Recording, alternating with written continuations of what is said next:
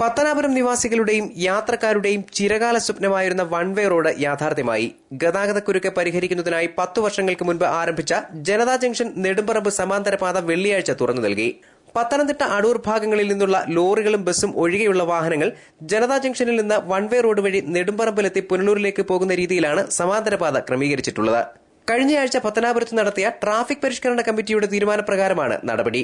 Road കടന്നുപോകുന്ന ഭാഗങ്ങളിൽ സൂചനാ ബോർഡുകൾ സ്ഥാപിച്ചിട്ടുണ്ട്. വാഹനങ്ങൾക്ക് നിർദ്ദേശം നൽകുന്നതിനായി 2 പോലീസുകാരെ ഇവിടെ വിന്യസിച്ചിട്ടുണ്ട്. പത്തനാപുരം ജനതാ ജംഗ്ഷനിൽ ചേർന്ന യോഗം പത്തനാപുരം ഗ്രാമപഞ്ചായത്ത് പ്രസിഡന്റ് ഫാത്തിമ ഖാൻ ഉദ്ഘാടനം ചെയ്തു. പഞ്ചായത്തിന്റേതാണെങ്കിലും പഞ്ചായത്ത് സംസ്ഥാനത്തിന്റെ ഒക്കെ സഹായത്തോടുകൂടി ഈ വൺ വേ റോഡിന്റെ പണി പൂർത്തിയാക്കുവാൻ നമുക്ക് സാധിച്ചിട്ടുണ്ട്. Grama panchayat vice president K Dileep Kumar അധ്യക്ഷനായി. പഞ്ചായത്ത് സെക്രട്ടറി ജെയിംസ് ജോർജ് സ്വാഗതം പറഞ്ഞു.